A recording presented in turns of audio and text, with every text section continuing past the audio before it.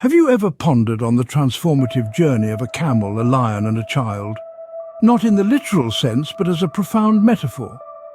This is the intriguing premise set forth by Friedrich Nietzsche in his book, Thus Spoke Zarathustra. A metaphor that is not merely a simple comparison, but a rich tapestry of meanings, layered and complex.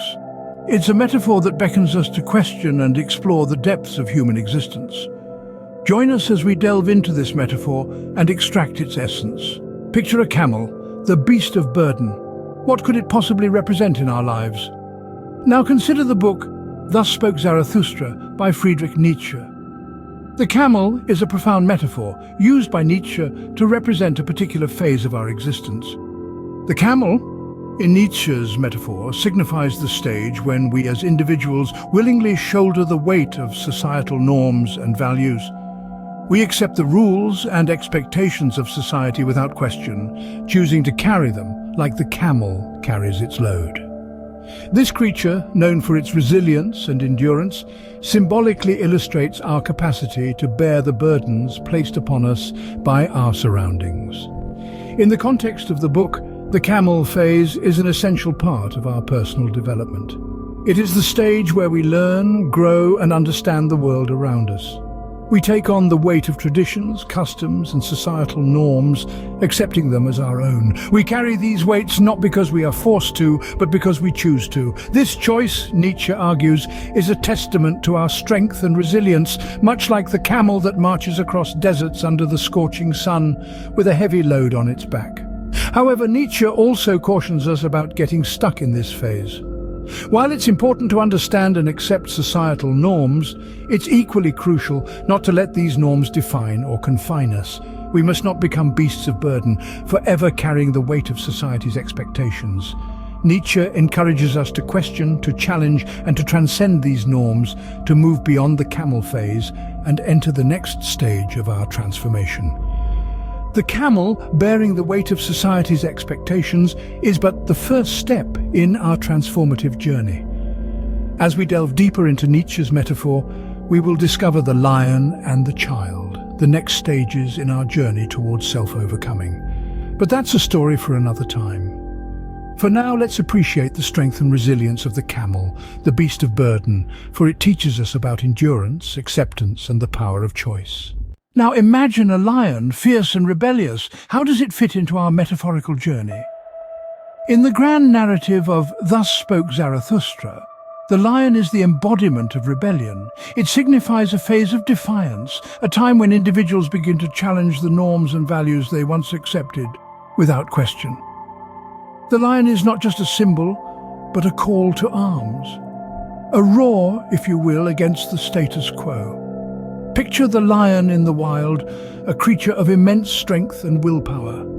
It is unyielding, unapologetic, and unwilling to bow down to any other being in the savannah. This is the spirit that Nietzsche wants us to embrace in our journey towards self-discovery and self-creation.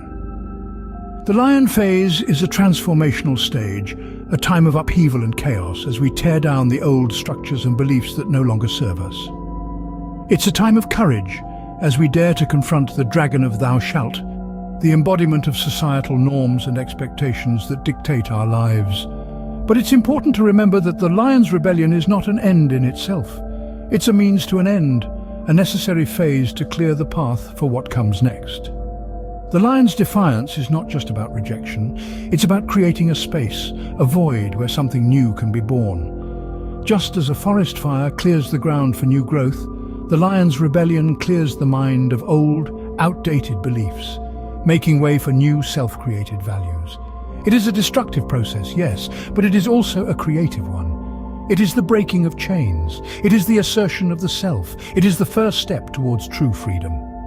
The lion, symbolizing rebellion, marks a pivotal turning point in our journey, but it doesn't end here. After the roar of the lion, after the dust of the rebellion settles, we are ready to embrace the next phase of our journey.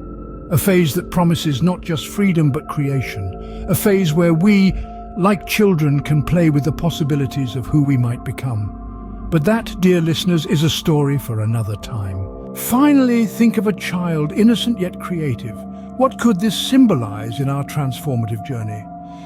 Imagine a child free from the constraints of societal norms and expectations.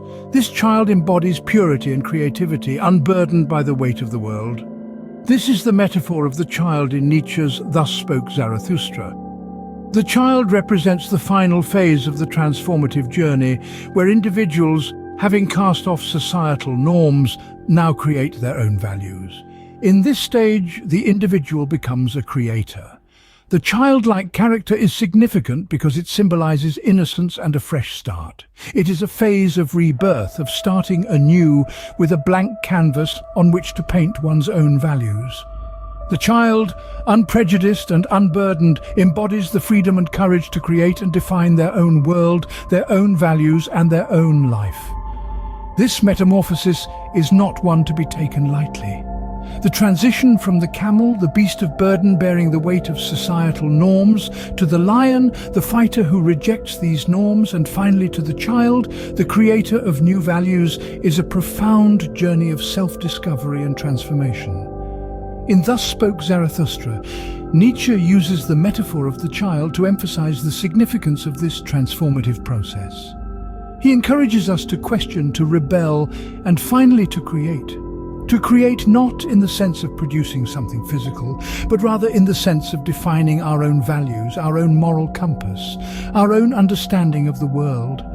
This philosophy, this journey from the camel to the child, is at the very core of Nietzsche's work. It is a call to arms, a call to question, to challenge, to create. It encourages us to cast off the shackles of societal expectations and norms, to reject the status quo and to forge our own path. The child is the final step in our journey, representing the creation of new personal values. So, what does the journey of a camel, a lion, and a child teach us? Well, it's a metaphor that beautifully encapsulates the transformation of an individual. This triad in Nietzsche's Thus Spoke Zarathustra symbolizes the stages of personal evolution and spiritual awakening. The camel represents the first stage, where we willingly bear the weight of societal norms and expectations, dutifully following the path laid before us. We absorb the teachings and traditions, accepting them without question, like a camel burdened with heavy loads. The lion comes next, symbolizing a phase of rebellion and questioning. The lion roars loudly against the established norms, challenging the values ingrained during the camel stage. It's a period of fierce resistance where the old ways are discarded in a quest for personal freedom. Finally, the child emerges. This stage signifies the birth of a new self, free from the constraints of societal norms and personal inhibitions. The child is innocent yet powerful, capable of creating its own values and carving a unique path. The metaphor of the camel, lion and child, therefore, encapsulates the journey from acceptance through rebellion to self-creation. It's an invitation to embark on a transformative journey, to question, challenge, and finally define what matters to us. This transformative journey, symbolized by a camel, a lion, and a child, is the essence of Nietzsche's Thus Spoke Zarathustra, an engaging read that challenges us to embark on our own transformative journey.